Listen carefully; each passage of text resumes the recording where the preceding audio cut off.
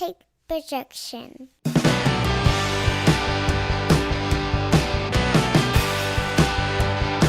It's Friday morning, and you know what that means. It's time for another edition of the Alabama Slam Podcast. I'm your host, Corey Hanna. What's going on, guys? This is Patrick Akers. And let's get into it, man. We got a couple of quick things news-wise we're going to touch on this week, and then we'll get into AE Dynamite from last night. The big thing that's about a week from this Saturday will be the last match of Ric Flair, and there's a bunch of stuff happening at StarCast in Nashville surrounding that. There's a big roast. Some comedians, local comedians, Cassio from Rocket 96 is going to be there, and then if you know, keep up with the Will Red podcast, Corey Ryan Forster is over in Georgia. He's going to be there as the Buttercream Dream. But I mean, let's get into the angle real quick on Ric Flair. There's been a lot of speculation about who the last match was going to be against and this, that, and the other, and they finally announced it last week after our podcast dropped. And it looks like he's going to have Andrade El Idolo in his corner, and then in the other corner, looks like it's going to be Jay Lethal and Jeff Jarrett. Did you see the little angle I saw that they part ran? of it. Yeah, I didn't see the whole thing. So I didn't know they were going to run with an angle for this, so that's pretty cool. So if you didn't see it, there was a video that got released. Jay Lethal and Jeff Jarrett jumped Flair in the parking lot, and in true Flair fashion, he bled all over the place, and they were shouting obscenities at him and kicking his ass. So we're going to get this going on. It makes sense that it's a tag match, right? Yeah. So you can have Andrade and Jay Lethal do the majority of the work, I'm guessing. Flair and Jarrett will get their stuff in. Yeah, and it made sense to have Lethal there because he had been training with Flair for the last several months, and then they had that whole thing came out about a month or so ago about, Lethal stood Flair up for the podcast and this, that, and the other, and we're like, okay, well, that's clearly an angle. Yeah. Always be working. Yeah. So that could be a fun match. Let us know if you guys are going to plan to watch it. I'm not sure if I'll spring the cash for that pay-per-view or not. It's a pretty stacked card, though, yeah, in their defense. I mean, they've got the Motor City Machine Guns are going to be on there. Josh Alexander's going to be on there. I think our boy Takesha's on there. I think it got announced. Oh, really? I think he's in a four-way match, oh, yeah. Shit. So they have really when we first talked about this, I don't think we realized that they were going to flesh it out this much. I kind of just thought they would be a little card with maybe a few matches on it, but they've brought in some heavy hitters for this stuff. Yeah, props to Conrad Thompson doing the work, putting all that together. I was hoping I could get a couple tickets to take me and my son, but I don't think the timing's going to work out this year. It's super close. It's in Nashville. I had said a few years ago if they start doing this again after the pandemic, I'd go if it was remotely close, but I just don't think the timing's going to work out for me. Yeah, if listeners, if you go, hit us up, take some pictures, hit us up on Instagram. Let us know what you think. Yeah, start a feud with somebody for us. We need to get in a feud with somebody. There you go. We need some kind of high profile. Somebody talk some shit on our behalf or something. We need some heat. Also, I love the vignette. At the end of it, it just pulled up the graphic, and it was just a voiceover of Ric Flair going, talking about Andrade. He said, he's a bad motherfucker. And then there was a 3-second pause, and it was like, and he's also my son-in-law, which was a little comedic thing there. But yeah, it's kind of cool that they're doing that together. Yeah, I mean, we just hope Ric Flair doesn't get seriously hurt. Yeah, I mean, that's the most you can ask for at this point, is that something doesn't go sideways. Other big news from the day. It looks like we could see Bryan Danielson and Kenny Omega back sooner rather than later. Reports are coming out that it looks like Omega could be back for All Out in early September. Maybe Danielson as well. There hasn't really been any confirmation. There's not confirmation on Omega either, but it looks signs are kind of pointing that way, which would be good. We also got CM Punk too, was advertised in the All Out stuff for the pay-per-view, so he might be back before then. I mean, they need it for sure. Yeah. Particularly coming off Wednesday's Dynamite, which we'll get into in a bit. Yeah, we've got some thoughts on what's happening there. Yeah, so they need all the stars to come back as fast as possible. Yeah, I mean, kind of sucked the timing with Danielson being injured, and right as they were building the momentum with the Blackpool Combat Club, so they've kind of had to shelve that for a little bit. I mean, they still had some matches, but it hasn't been the huge thing that it was kind of building to be. So it'll be interesting when he's back and see him with Claudio and Yuta and Moxley all back kind of there at once. And to see what we get out of Omega. You know, the litany of injuries that he had before he took his time off. Yeah. I mean, wrestling with vertigo, I mean, my God. That can't be fun. It can't be fun. And just to know that he was still putting on the bangers he was putting on with all that stuff ailing him. So we'll see if he's able to come back. I mean, even an 80% or 70% Kenny Omega's better than nothing. So True. And I've always been a fan of him. So True, and they could use him in the behind-the-scenes role. They need a little bit of assistance there. We'll probably touch on some of that as well. But and I mean, just going as hard as that dude has gone for these past couple of years, every once in a while, you know, at the end of the day, he's still a human. You know, the body breaks down and it needs time to recover. So hopefully he comes back, and I don't think he's going to be a shell of himself. I think if he's coming back to put on some good art, to put on some good matches. So it's exciting.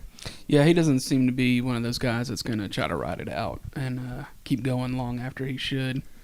I could be totally off base with that, but I feel like... Nah, he's a dude. He's talked about before. You know, he's a guy that really cares about the art. So when it's time for him to hang him up, when he feels like he can't go anymore, he'll hang it up. He won't be one of these guys that sticks around. So yeah, if he's coming back, he's doing it because he thinks he's still got some stuff left in the tank. So I want to go ahead and pivot pretty quickly and get into Dynamite from last night. I started to text Patrick. We had a conversation yesterday before we left work, and he said, "I swear to God, if they put Jericho over, I'm coming in hot." And so sometimes I'll just try to text Patrick, and I don't know if we're watching at the same time because sometimes I don't start till later, et cetera, and he doesn't start till later sometimes. So I just left it at that. So Patrick's gonna ramp up in a minute. I'm in the same boat with Patrick. I don't know that I'm gonna be as heated about it. But what the fuck are we doing here with Kenny Omega, or not Kenny Omega, with Eddie Kingston and Jericho lasting this long? I thought this was supposed to be kind of the be-all, end-all last night. And once again, shout out Eddie Forsyth. He texted me and he was like, "Hey, what'd you think?" And I said, "Well, I thought this was supposed to be it." And I said, "Patrick's gonna be hot tomorrow." And he said, "Well, they're not gonna finish this on national TV. They're gonna make you pay for it." Well, I'm not fucking paying for it. This is it. I'm done with this feud. I'm not watching another Eddie Kingston, Chris Jericho match. Yeah, you will. No, I won't. If You'll they're at watch it all out, no. out. In principle, no, I won't. I will do the same thing that I've done with the Sonic in Athens, which is I'm staging a strike. I'm a man of principle, and I will not watch this anymore. So this is it. I'm done. Whatever happens with this feud, Corey, you can just talk about it alone on this podcast. This was it for me last night. So you'll just skip it at all out? I'm going to skip it. I'll go do something else. I'll make a sandwich. I'll go take a long shit, whatever I'll fucking do. Even if they put Eddie over? Yes, I'm done. This is stupid. It's hard to have that much of a clusterfuck happen at one time. And I knew it was going to happen as soon as I saw Justin Roberts with the fucking barbed wire over the microphone. I was like, oh, they've overthought this. Yeah. They have booked this thing to death. It's kind of like, you know how, like, in those horror movies, like, someone will hear something down the hallway, and the character in the movie will just be like, it's probably nothing, and then it ends up being a fucking ghost or whatever like that. I tried to play it off like that last night. I saw the microphone. I was thinking, oh, my God, maybe they overbooked it, but then I was like, maybe it's nothing. And then I saw Ruby Soho sitting there. And she has some kind of contraption, whatever the fuck it is. And I'm like, okay. She's in charge of the cage. She's in charge. No, so now we're in real big trouble. but still, I was like, let's hold out hope. So the Eddie and Jericho do the match. They started off. Comes in hot. Jericho immediately blading right from the get-go. Not even trying to hide it on the camera. They Yeah. didn't even fucking cut. I always fucking miss that. Eddie texted me like right after, was like, "Did you see the blade?" And I was like, "Shit, I missed it." Right from the beginning. And I was like, okay, well, we'll keep going. Let me ask you this, just Yeah. to fucking wrestling speak. If my man's has got a microphone with barbed wire on it, holding it up against his head, why don't he just? I mean, hey, we know we're gonna do this. I'm gonna cut you a little bit instead of risking you seeing the blade come out on TV. Well, you want the dude who's doing it to be in charge. Yeah, Okay. because you might go too deep. And Yeah. there have been a lot of deathmatch wrestlers who will do that, who will say, hey, you cut me open, Yeah. and then it fucking goes too deep, and these motherfuckers get taken to the hospital for a $10 paycheck and shit, and they have to... On the head, I guess that makes a little sense. On the sense. head, yeah. So Eddie and Jericho are doing their thing, and it's fine. But in the back of my head, I'm like, we're not heading to a good direction. It just feels like. And then I'll be damned if here doesn't fucking come Ty Conti. And I was like, well, here we go. The car is going off the cliff now, no brakes. And then here comes Anna Jay. And I'm like, well, what the fuck is this shit? Well, we're doing this now with this? Yeah. And then, listeners, you know what happened. Everybody saw what happened. They beat her ass. They bring the shark cage down. First of all, at least they got one thing right, which is a tried and true wrestling trope, which is nobody can fucking get the lock open. Which is AEW and locks. If you're any kind of wrestling promoter out there, booker, if you're doing a thing, don't do locks anymore. No one knows how to do it. They can't open it. Just don't rig it up to where it's not actually locked and you can just pull it off on camera. They had to cut away. Anna Jay is fucking corpsing. Part of the fucking Jericho Appreciation Society just walks through the fucking rails. On Kudos the to cage. Daniel Garcia for heads up. I mean, that's why he is going to be a future star, because he's like, fuck, this looks stupid. Let me just squeeze through here. Yeah. Also, good job, AEW, blocking a whole section of fans' view from the ring by having this stupid shark cage up here. I was down for the shark, whatever, corporate synergy. You could put the shark cage up there, Shark Week, whatever. But it looked dumb as hell, and it ended up being dumb as hell. And then the car just continually rolls down the cliff with the rest of the Blackpool Combat Club coming out, and then they just all fucking disappeared. They just disappear. Like at one point, I was like, it was only a minute or two after everybody came down and all hell broke loose. I was like, where did everybody go? Yeah, because they knew this was a shit show and they didn't want to be caught on camera anymore. So they're gone. At least Santana had enough sense to just say, fuck it, he's not going to be a part of this group anymore. This shit's done got so bad, he wants to leave the company in general. And then, we get to the end. Obviously, again, we can't time out a show properly, so we rush the ending. Freaking Kingston backfists nobody, all this shit. He ends up losing. I just fucking zoned out at the end. If this was... You don't have to do this. It's a blood feud between two guys. Just let them handle it. Why does Chris Jericho need to win a feud, a match against Kingston at all? It makes no sense whatsoever. Yeah, you've had Kingston on a hell of a run, and then this shit. Have you ever heard the term killing the town, killing the territory? Mm-mm. It's an old school wrestling term, which basically meant that, like, back in the territory days, a promoter or a booker would do something so stupid that the fans in the attendance would just be like, this is fucking dumb, and I'm never paying money to see this shit ever again. Yeah. That's what they bordered on doing with Eddie Kingston here. And it happened for me. I'm not watching another Eddie Kingston Chris Jericho match, but like, what a way to kill this dude's momentum. Yeah. When he's one of the top 2-3 baby faces in the company. Yeah, we had a lot of problems with a lot of the stuff last night. There were a couple things they got right. We had this conversation off mic earlier about, like, we really love AEW and the product. So when it's bad, we're going to call it out for being bad. And last night was just not... This was worse than bad. Yeah. If you were just doing bad, we would kind of give it a break. This was like... I don't even know what. This would be like a hat on top of a hat on top of a hat on top of a fucking fedora on top of a ragged baseball cap. Like, this is just stupid shit. We don't need all of these things happening at one time. Yeah. And you could tell, at least I thought, you tell Eddie was probably a little bit ticked off because he throws Jericho in the spider web, barbed wire, and then just sits on the edge of the ring. And then, of course, like I mentioned, because we can't time out a show properly, we just immediately go to black because we're done. Do you think Eddie's hand was legit injured last night? Or you think that was just No, I think he was working part of it? Yeah, I think he's just working it. Yeah.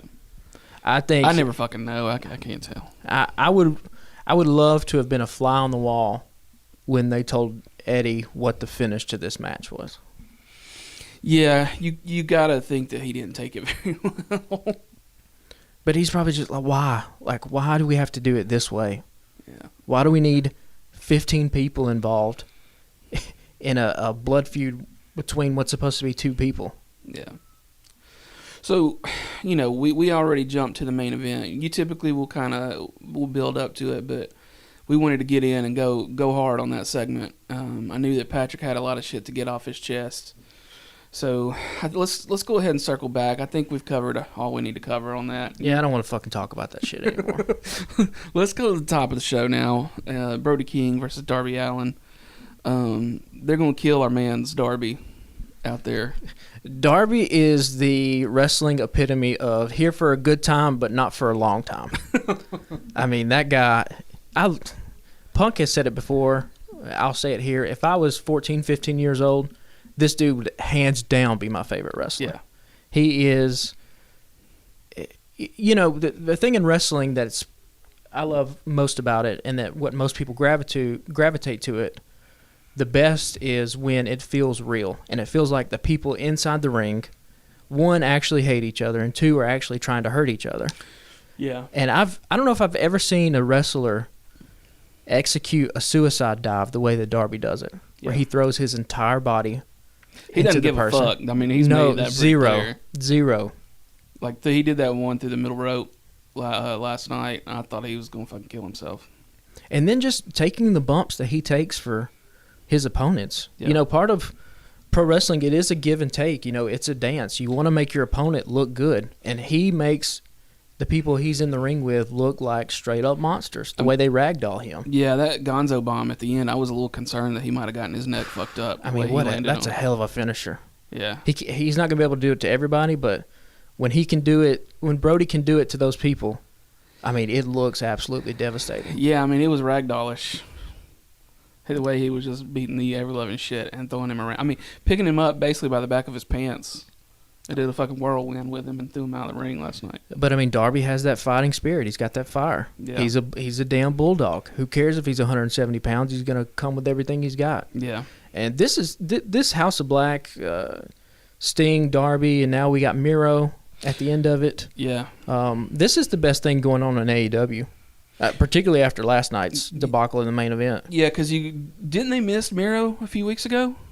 They did, yeah, and then Miro, he's been cutting those promos with half the side of his face in shadow. Yeah, and he had on some weird fucking glasses last night that had. Yeah, well, if you look on Reddit, they just put some tape behind one of the lenses. But hey, But I mean, they got Sting with the mist at the end of last night too, which is interesting. Now I don't know. I probably should have looked this up before we started the podcast. So he's misted Julia Hart, who's probably the most famous one because she ended up turning into the House of Black, which they've kind of done nothing with her. Let's hope that changes. He's misted Penta and turned him into Penta El Scuro. Now he's... That didn't dawn on me. I was like, why the fuck did they change his name? Yeah. Okay. So he misted went over my head. Pac. Yeah.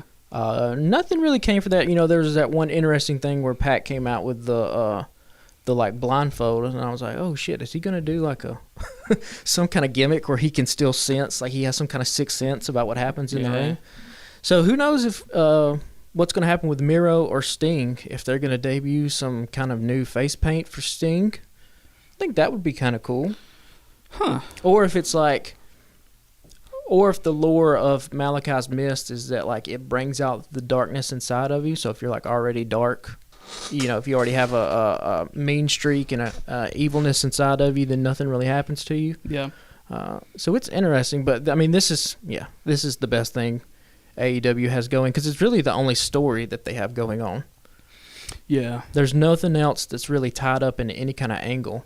Yeah, and you got Brody King putting Darby through tables at fan fests and shit on the weekends. Hell yeah. Keeping it going.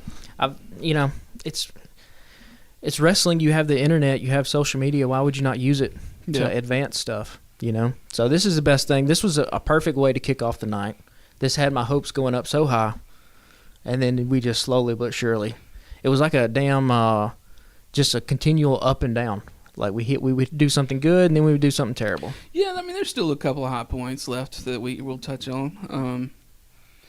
I don't know. I guess this three-way thing with with Sting and Darby and maybe Miro maybe they'll do something at All Out with House of Black.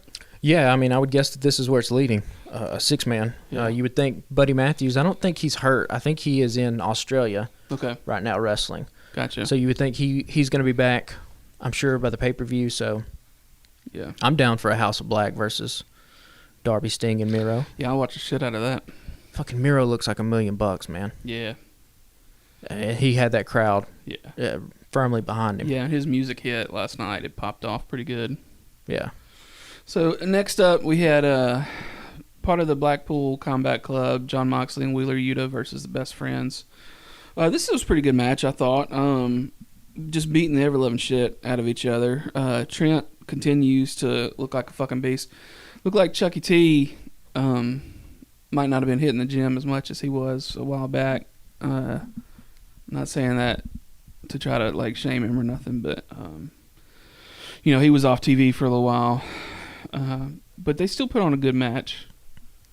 Yeah, watching this match, I was like, hey, I'm kind of intrigued by Best Friends' heel turn here if it happens. They worked a little heelish last night with Yuta, Yeah. throwing him into the barricade and stuff, and I was like, they need some kind of freshening up because they really haven't. Obviously, Orange Cassidy is the star of that group, and Chuck and Trent really don't have anything to do. Yeah. So maybe you split that group up and have Trent and Chuck be a heel tag team. Maybe they turn on Orange Cassidy. I don't know, just something to think about. I think it could be interesting. They could pull it off. But yeah, this was a good match. One of the things I love that both Darby and Yuta have like pinning combinations as primary finishing moves. I think that's so cool, Yeah. and that's something that not a lot of wrestlers have done. Yeah. And Yuta, I mean, it's a little convoluted, but when he starts getting into it and it finally ends it up and gets the guy in it, I mean, it looks great. And then also the little small detail, I don't know if you caught it, but Orange Cassidy on commentary after it happened being like, we shouldn't have taught him that, or Chuck shouldn't have taught him that. Oh, I missed that. Yeah, something like that before he got up off the commentary table. So, Yuta, he had that history with those guys. And Has Chuck worn the Kentucky Gentleman gear in the ring? I don't think he's worn it in AEW. was he wearing it last night? He was last I night. think he's worn it before. Okay. I mean, he only wrestles fucking one time every 2 months, so it's Yeah. hard to It's hard to know. it's hard to know. Yeah. Maybe I just made that up. I don't know. And John Moxley coming in last night working a little bit stiff. Some of those damn elbows he was landing on Trent. I was like, is he giving out a receipt for something that happened earlier? Yeah, like I mean, it's who knows? he's coming in and maybe he was just more fired up than usual. I have no problem with the quality of the match. What I have kind of a problem with is just like why is the AEW World Champion tied up into this? This could have just been Yuta and versus one of those guys. Yeah. Like, we're not doing anything with the title here. We're kind of just spinning our wheels. Now, obviously, it's probably because we want to get Moxley and Punk at All Out. Without him being fucked up in some way, injured. I don't even know if it's an injury thing because they still having him wrestle. I think it's just like they don't know what to do. Yeah. And so in lieu of not knowing what to do, we're just going to put these guys in a tag match. But, like, it's fictional television, man. Like, get creative with it. We can't have this title. Both of the titles right now, the men's and the women's, are doing nothing. Just kind of floundering. They're not involved in any kind of story. Do you think they'll end up putting that women's belt on Statlander? They made reference to it last night. I mean, I guess that, yeah, they made reference to it. It'd be nice if we, like, actually building had some that kind up. of story that Yeah. went along to it, and not just be like, oh Yeah. yeah, now you do this. Because you get the feeling that if they haven't started it yet to try to lead up to All Out, they're not taking the belt off of her just yet, off the Rosa. No, I mean she's going to defend it next week against that Japanese woman that beat her on Dark in a pretty good match that I ended up watching. But she won't lose that match, and so yeah, we're a month and a half away from the next pay-per-view, and we have nothing going on with any of the titles. Yeah. I don't know. Maybe it's just my weird kind of philosophy of wrestling, but like, shouldn't there always be somebody coming after the title? Like the title holder should never have no challengers, Right. because everyone should be. Their desire should be to win one of those belts. Yeah. So Moxley should be getting attacked. WWE, they've always had a cheap way of doing this, which is if we don't have anything planned, like if the title holder is just in a random match, somebody comes out and interferes, or the champion's cutting a promo and somebody comes out and jumps them from behind, and then they, for whatever reason, just automatically get a title shot. Yeah, like we fighting now. we fighting now, yeah. Like that's how WWE's done it. AEW just has this ranking system which they don't follow half the time. Yeah, I looked at it popped up this morning. I was doing a little research, and it said like Evil Uno, not Evil Uno, one of the other guys in Dark Order, and somebody else, and it wasn't John Silver or Alex Reynolds were in the top 5. I was like, the hell they are. Right. Nobody other than John Silver and Alex Reynolds from Dark Order are sniffing the damn top 5 right now. Who is running that rankings? And is it just like, And how? is it just like, I'm going to do this for shits and giggles because who fucking cares? I mean, they got FTR in the number 1 contender spot, but they ain't even talking about a fucking match with them. Right. Yeah, it's... Again, I guess now is probably as good a time to get into this as any. I mean, we have talked about it on this podcast ad nauseum. Mr. Tony Khan needs some help. Yeah. He needs a writing committee, a group of 3 or 4 dudes that he can pitch ideas off of, that they can pitch ideas to him, so that we can keep some of this stuff going, because it has to be too much on the dude. He's not only doing wrestling, he's involved in the Jacksonville Jaguars. He's involved in that soccer team they have in England. And now with this Ring of Honor thing, he's throwing shit against the wall for this Ring of Honor card that's coming up. Yeah, spread thin. So, we just need something. We need some common through lines. And we need some stories, man. And I'm not saying that AEW has to go the way of WWE, where literally everybody's involved in an angle. But we need something. Like, we can't have the 2 champs floundering around doing absolutely nothing. Yeah. Speaking of champs, let's move on. We'll take a little downturn here after coming off the first 2 matches, which we really liked, into this nightmare of a segment with Swerve and Our Glory, their championship ceremony or whatever they called it last night.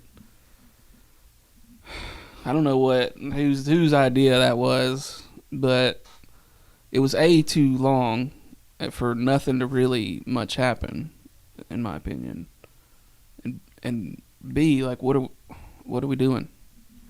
So I want to talk about the Swerve promo, and I want to talk about the FTR promo at the same time, because there were two good examples last night of how you can make wrestling complicated and ineffective, and how you can make wrestling simple and effective as hell. So in this Swerve and this Keith Lee thing, there was no story whatsoever told in this segment. It was just, we want to get, Kevin Gates, who's a well-known rapper, we want to get him some shine, whatever, I guess. But it's convoluted, it ends up being way too long, and it advances absolutely nothing. It doesn't advance Swerve and Keith as a character, it doesn't advance their story, and you have all these things, Tony Nese, Mark Sterling, everyone comes out, and you get nothing for it. On the flip side of that, you have FTR walk down to the ring, Tony Schiavone stands there, they stand there in the middle of the ring, Cash cuts a good promo, and then what does Dax do? Dax tells you the story. Stunts on him. He tells you a story. He pulls you in. And he does the reveal at the end. The 8-year-old girl is his daughter.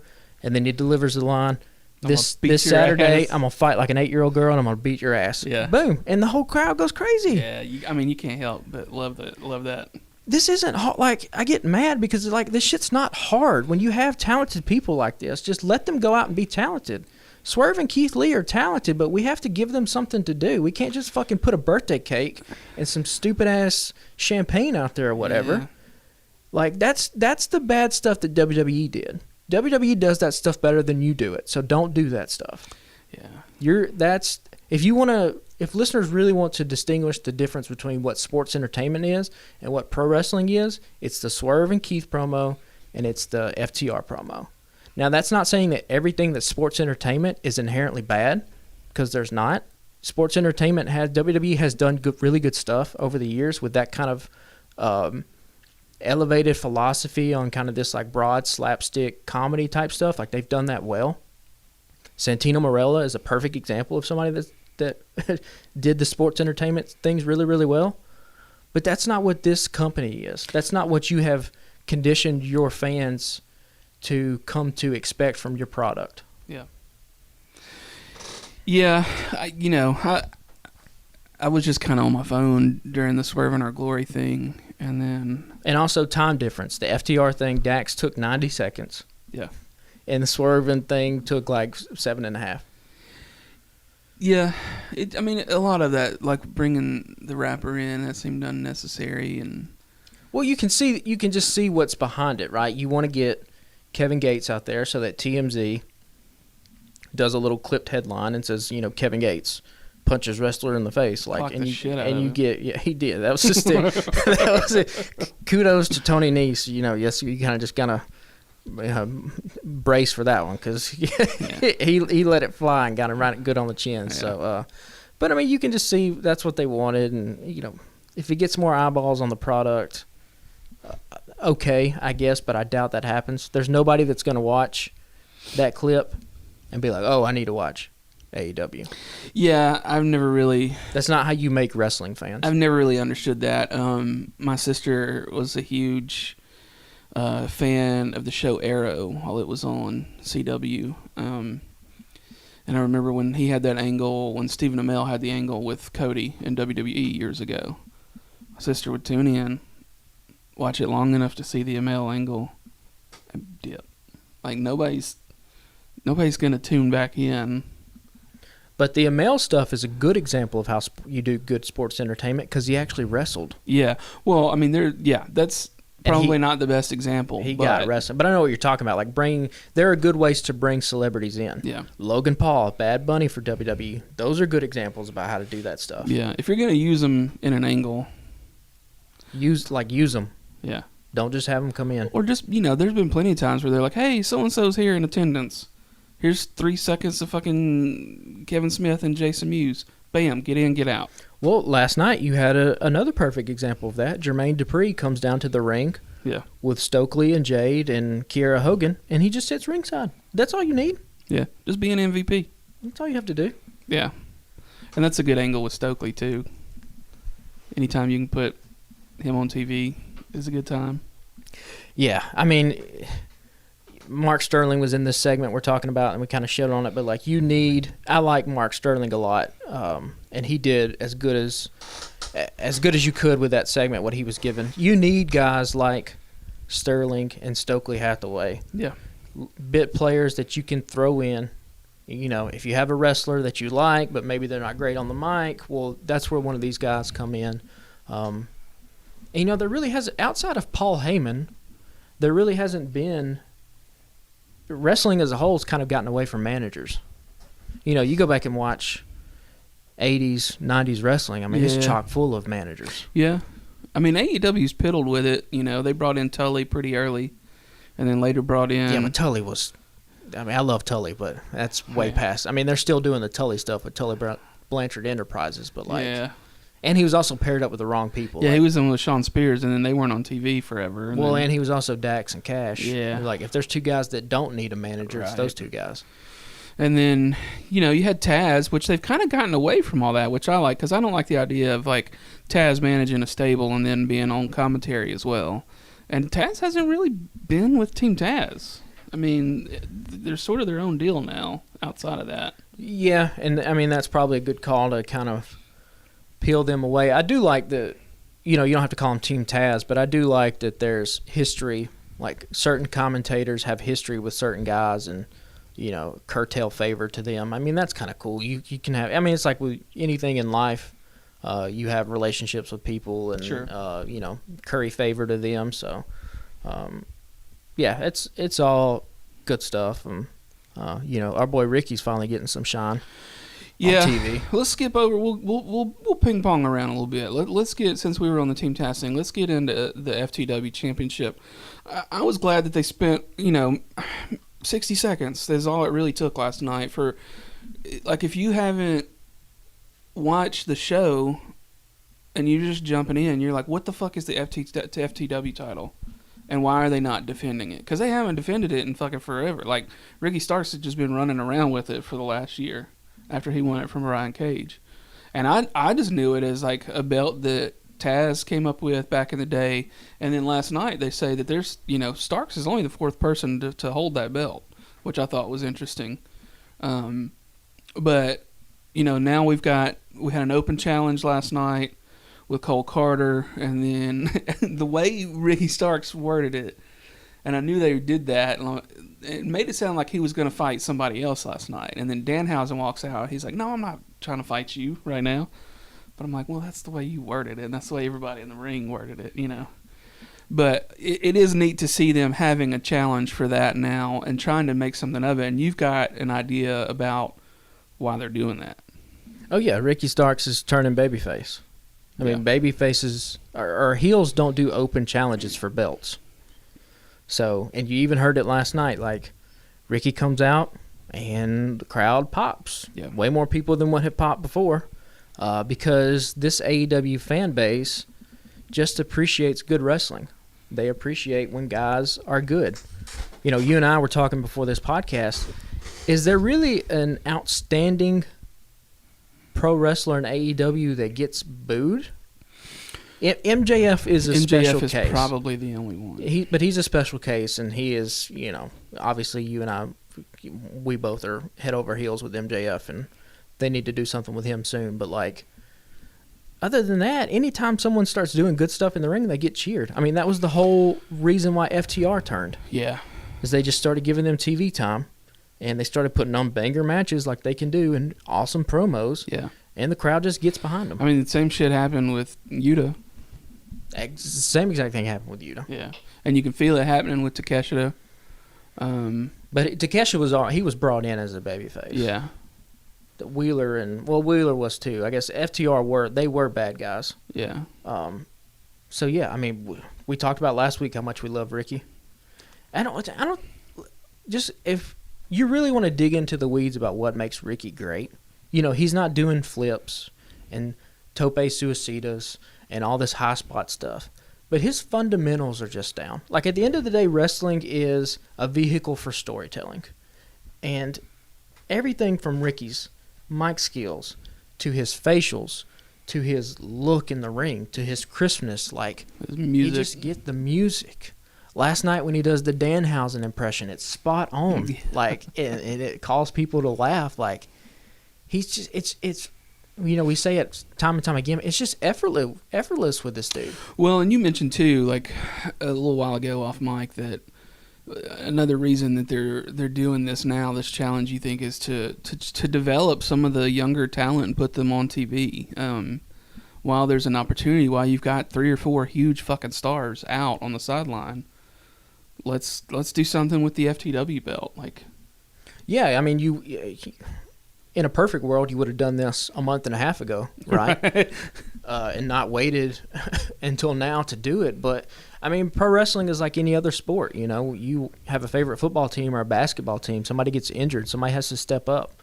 And it's those guys that step up and that really make the most of their moment that you should then reward, right? That was the whole thing with the Acclaimed a couple weeks ago. Yeah. Was we talked about how the Acclaimed has really only gotten their entrance as their moment to shine, and Anthony Bowens and Matt Caster have made the most of it. Yeah. And so, hey, now you get more TV time because now the fans are behind you.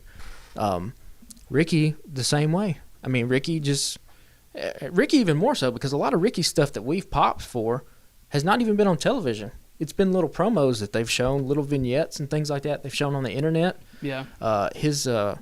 The video that happened after they lost the tag team belts, where he's like apologizing to the crowd and stuff, he's in the thing, that you can tell the emotion, you can tell the passion. Like, again, believability is a big thing in wrestling, and it's what makes people get behind you. And so, fantasy booking down the road here, if we got a fucking MJF versus Ricky Starks program down the road with Ricky as a babyface and MJF as the the ultimate heel, like, Yeah. I mean, talk about a dream match for AEW. Yeah. Yeah. Sooner or later they'll bring him back, I guess. I don't know. Still don't know what's happening there. Nothing. They're being real hush hush about it. Yeah, I mean, I guess it's up for each individual person to decide if it's kind of fizzled out at this point. But, I mean, we can debate that, but we all know the minute MJF's music hits and he comes back to the ring, I mean, that whatever arena he's in is going to get the roof fucking blown off of it. Yeah. Do you think they'll eventually put one of the belts, like the TNT title or something, on Starks? I mean, I don't know, because a guy that is also in Stark's situation, you have a guy like Wardlow, who is the current TNT champion. Yeah.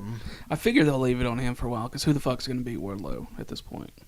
Right, and you would have to, in the same way that MJF lost to put Wardlow over, whoever goes over Wardlow is going to be a guy that you're really trying to elevate up to the next level. Again, Wardlow's, he wasn't mentioned at all this week. Was he mentioned last week? Well, it was him and Cassidy last week, yeah. So, yeah. I mean, that's one of the troubles of only having 3 hours of programming every week. Yeah. When you have this many guys, but so I'll take more Ricky Starks for sure. Yeah, no doubt. Let's take a little step backwards and visit the Christian Cage and Luchasaurus versus Varsity Blondes. I mean, the main takeaway from this is that Jungle Boy was back, and I got real excited. I went, "Oh shit!" and like got real hyped for a second, and then like he slowly makes his way into the fucking ring, and he's got the chair, which you pointed out was like, why he's never done anything with the chair before. Like, well, he did the concerto, but like, if you're gonna have a chair, you gotta fucking use it. Yeah. So he walks his way down there. They have the little stare off, and then Lucha turns to side with him, which I thought was a little too soon. I was like, what do you? Because we talked about this again off mic. We always do a lot of shit off mic before we record. You thought that Lucha was going to grab Jungle Boy by the hair as he was making his way to the ring and beat the shit out of him or whatever. But instead, it just ends with him fucking chasing Christian Cage out of the thing, and nothing happens. And, like, what are we doing there? This is what happened last night. Whatever TK and all the guys involved in this program are planning to do, whatever the ultimate blow-off is, this was the absolute worst way to go about doing whatever it is you're trying to do. Yeah. Because, let's say, for instance, if you are going to pair up Luchasaurus with Jungle Boy again, or you're going to have Luchasaurus somehow, get out from underneath the brainwashing that Christian's done, well, you've just blown these 3 weeks for Luchasaurus for no damn reason. And then also, having Jungle Boy just chase Christian Cage out of the arena, it's just a punt on having to do any kind of storytelling. Right. You're just kicking the can down the road for no reason. Yeah. Like I mentioned to you before we started rolling, like, I legitimately thought Luchasaurus was just going to grab Jungle Boy by the back of the head and just beat his ass. And then, bloody him up, beat him up. And then you can let Jungle Boy get carried to the back. Or maybe somebody come fucking help or something. I mean, something. Or why not? Jungle Boy gets carried to the back. He's beaten and he's bloodied, and there's a camera there, and he, fucking shoves the doctors away and cuts a promo on Christian Cage talking about how he's going to beat his ass. Like, after as much stuff as what Jungle Boy has taken, he took the concerto, and he's had weeks now of listening to Christian just run down his father and other people on that roster. Like, you have to come out ready to whoop some ass. You can't just waltz down the ramp. Like, that's not how you're not going to get this dude over this way. Yeah. That you're going to have to. We talk about this all the time. Baby faces have to show fire. They have to show a willingness to get in there and kick somebody's ass when it comes down to it. And, like, you just waltzing down to the ring and standing there in front of Luchasaurus. Makes me wonder if he's maybe not all the way healed yet and they weren't ready to do anything. But I'm like, why bring him in? Don't bring him back then. He can stay off TV for another week. Yeah. Yeah, I don't know. It'd be interesting to see what happens there. I've been a Jungle Boy fan since the beginning, but I don't know. But they're gonna kill this angle before it gets started. Yeah. Not saying that. Obviously, you don't want Jungle Boy just to run down the ramp and start beating the hell out of Christian right now, right? Before they even have some kind of match. But, like, you have to do something. Yeah. He can't just chase him out of the arena. That's so stupid. Because in kayfabe, what happens when they get out from earshot of or from the sightline of the cameras? Yeah. They just keep running? Yeah, I mean, sometimes they'll do that. They'll have another camera somewhere in place. But, no, it's just like, out of sight, out of mind. Them motherfuckers are gone. Gone. Like, they just stopped. Yeah. Like, so, again, fucking wrestling's not hard, especially when you have these talented of people. Yeah. Just make it, it seems like the main theme of this episode was, let's make things complicated for no reason. It doesn't have to be complicated. I feel like the name of this episode should be called, What Are We Doing Here? That may be what it's called. Haven't decided on that yet. Let's get into the last. Well, it wasn't the last match of the night, but the last one we haven't really touched on was there was a nice tag team match with Athena and Willow Nightingale versus Jade Cargill and Kiera Hogan. And you pointed out earlier that there was an African American lady referee as well. So that was a dude. Yeah. Oh, a dude. Yeah. Dude, sorry, yeah. But I mean, still, like, that's pretty cool to see something like that in wrestling, because that kind of thing doesn't happen a lot. Yeah, TK took a little bit of heat a couple years ago, or maybe I think it was last year, for the way he handled, now I'm blanking on the woman's name, Big Swole.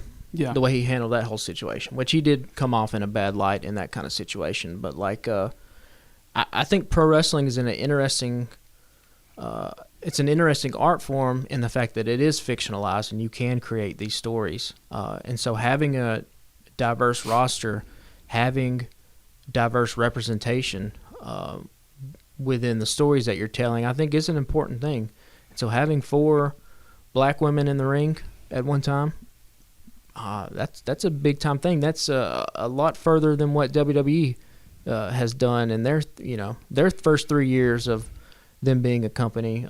They weren't anywhere close to that. Now, granted, it was a different time, long time ago. Sure. I mean, but still, they're not making a ton of strides over there. Yeah, and I mean, even Swerve and Keith Lee, Yeah.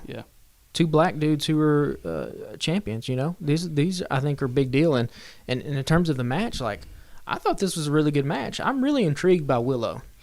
Yeah, it was a banger, I thought. I mean, it's the best women's match they've probably had in a while.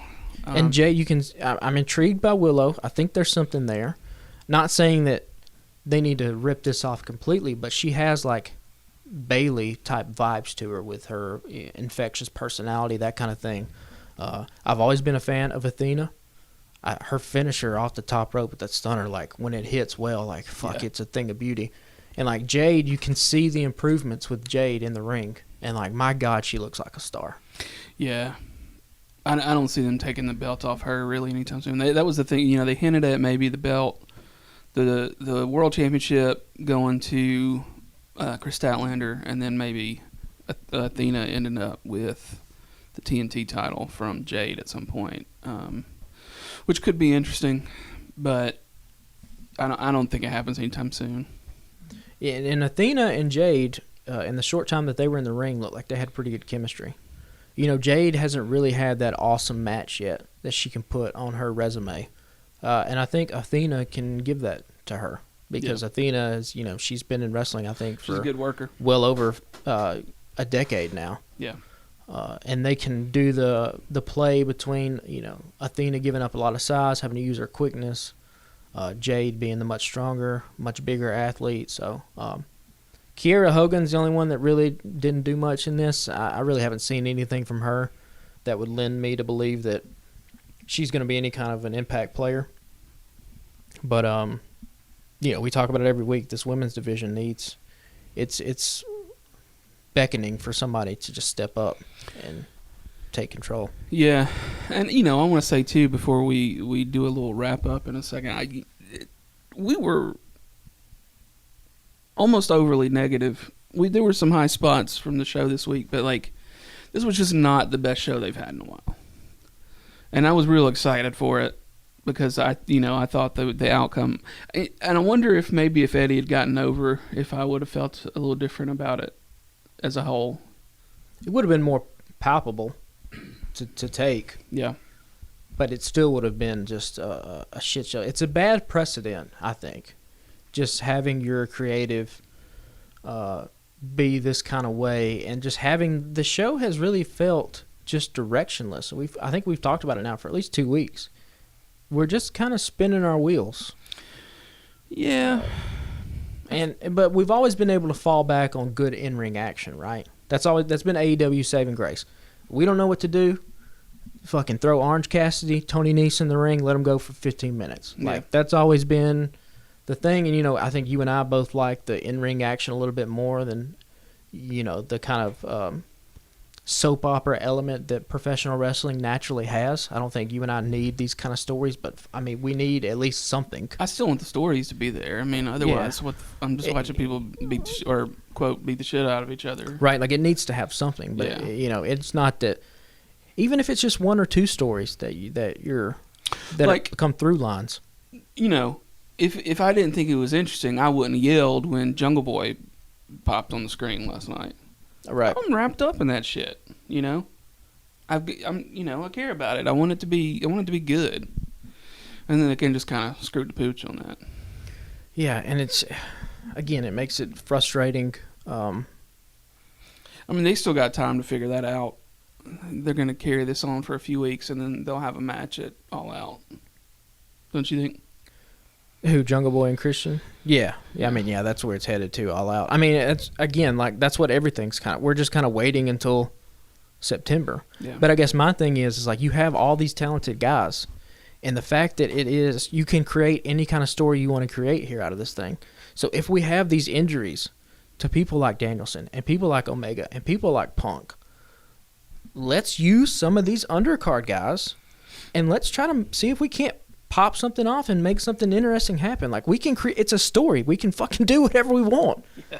We're not bound by anything else. So if we would have had, if this would have been the 2 months of Ricky Starks rising up in popularity to a main event level, that would have been a really interesting story. Yeah. But instead, we just kind of float along and kind of do really nothing. And have Thunder Rosa be a part of this Thunderstorm tag team and continually have her cut these awful promos. She cannot talk on the mic. Stop with her. Yeah, we know that Dustin Rhodes is her coach and that sort of thing, and they've got a relationship. Why not fucking put Dustin Rhodes on the mic? Or if you want to do these open challenges, why not have Thunder Rosa have an open challenge? Yeah. And just put her on the card every single week for 10 minutes. That's where she excels. She's got a lot of fire about her inside the ring. She's got a cool look, a cool character. She just can't cut a promo. So why do we keep putting her in this position? She's not going to improve. If she hasn't got it down at this point yet, she's a little bit older than a lot of the other girls. She's just not going to get it. So let's quit putting her in this position. And also, I know we're kind of backtracking here before we wrap up. The Britt Baker meta wrestling gimmick thing where she just, Thunder can't cut a promo and let me give you a sandbag. It fucking doesn't work. You can't do that in pro wrestling. It comes off as phony as shit. Yeah. Britt Baker can't acknowledge that Thunder Rosa can't cut a promo because that doesn't work inside the confines of what the narrative of the Dynamite show is. Does that make sense? Yeah. The show itself has to operate under a set of rules this is legitimate and real. And if that's the case, then she can't bring up the fact that Thunder Rosa got accused of sandbagging Marina Shafir, because what is then Thunder Rosa's comeback going to be to that? Yeah. oh, our communication wasn't good in the ring because this is supposed to be a dance and not an actual fight, and we just got our wires crossed. Like, no, there's nothing for her to do there. Yeah. And part of what a heel's job needs to be too is that, like, you can't just always bury your opponent, because if you beat that person, then you've beaten a nobody. Yeah. Like, you have to do this thing where you elevate your opponent and elevate yourself at the same time. And she's not doing that. Now, the problem is there's really nobody else in that women's division, so you kind of have to put Britt Baker there, right? Yeah. But when she was in her wheelchair doing the conspiracy theory DMD stuff, I mean, that was great television. That was a great character for her. And now she's transitioned into whatever the hell this is. And they've continually held Jamie Hayter hostage, who I think Jamie Hayter is a breakout star waiting to happen. Yeah. Again, talk about somebody we need to pull the trigger on, like. But I mean, overarching, like, we get passionate about this because, like, we're big time fans. Like, AEW has turned us. It's invigorated my passion for pro wrestling. I haven't felt this way about wrestling since when I was, 15, 16, watching Kurt Angle and Edge and Mysterio and all that stuff, and watching, like, Ring of Honor when it was first starting up. So, like, they have an opportunity to do something really great and kind of bring pro wrestling back to a place where I was the biggest fan of it. And it's done that. So that's why, like, when I see stupid shit with Eddie Kingston and Jericho happen, it just infuriates me to no end. Yeah. Well, I think let's talk about what's done up real good. We've bitched about a bunch of stuff. Let's talk about what's done up real good for the week. I don't even know. You go first. I didn't have anything. I took all my notes about how pissed off I was about Kingston and Jericho. I completely forgot to prepare something for this segment. He's so fucking mad. He's not even happy about anything. I mean, let me before we're at, let me give a little bit of kudos to Chris Jericho. He is in his 50s and, like, doesn't need to be doing barbed wire matches, but is still doing it. So, like, props to you. Yeah. But, like, you've had your time. You don't have to win these matches anyway. So what's done up real good for me was the Bob's Burger movie. We'd been kind of meaning to watch it the last week or two and got an opportunity on, I guess it was Saturday night, just kind of sitting there on the couch in the recliner at home and put that on to watch as a family and really enjoyed it. You kind of go into it like, why are they doing a movie?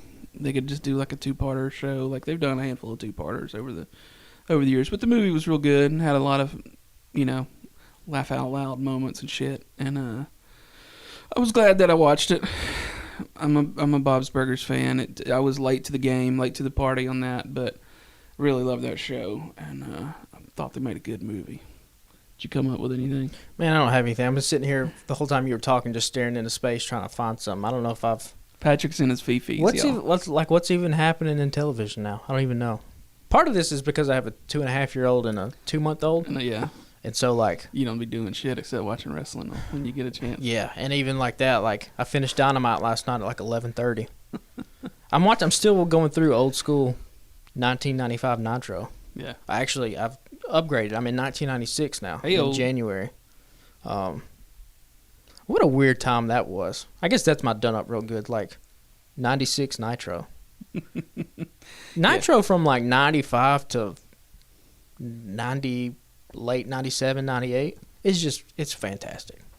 Yeah, I never saw any of that. I mean, I've probably gone, like, some of this, when I got back into trying to watch wrestling a few years ago, I probably watched a match or two just, on random suggestions from people, but I couldn't tell you. I mean, right now you still got, if we thought the Jericho and Eddie Kingston feud has gone on too long, fucking, at this point in Nitro, Hulk Hogan and the Dungeon of Doom have been feuding for, it seems like, 8 years. With Kevin Sullivan as the Taskmaster, as like this satanic cult leader. And they did something in one of the episodes I watched recently where, like, Hogan, he has the upper hand on the Dungeon of Doom.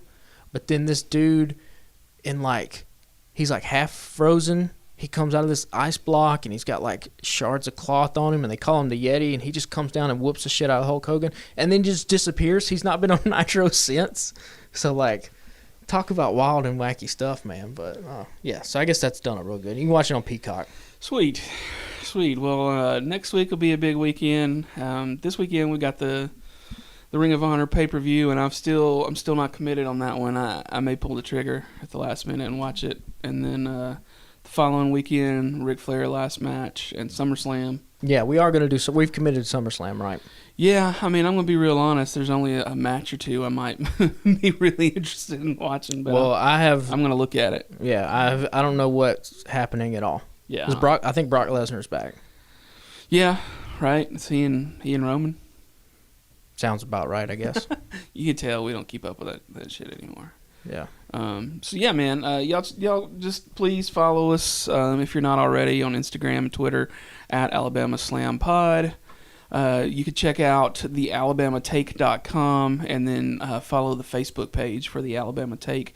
That's sort of our main site for our network of friends that are doing a bunch of shit, writing and other podcasts and stuff. There's the Taking It Down podcast, and then the new season of This Song Sucks starts up real soon.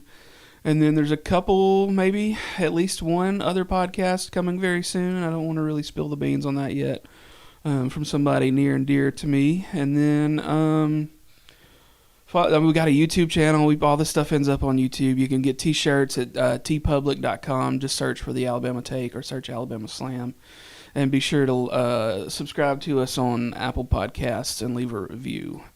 And unless you got something else you want to blow off the top, we'll see y'all next week. Can we start a feud with the Taking It Down guys? If we're a wrestling thing, can we need something?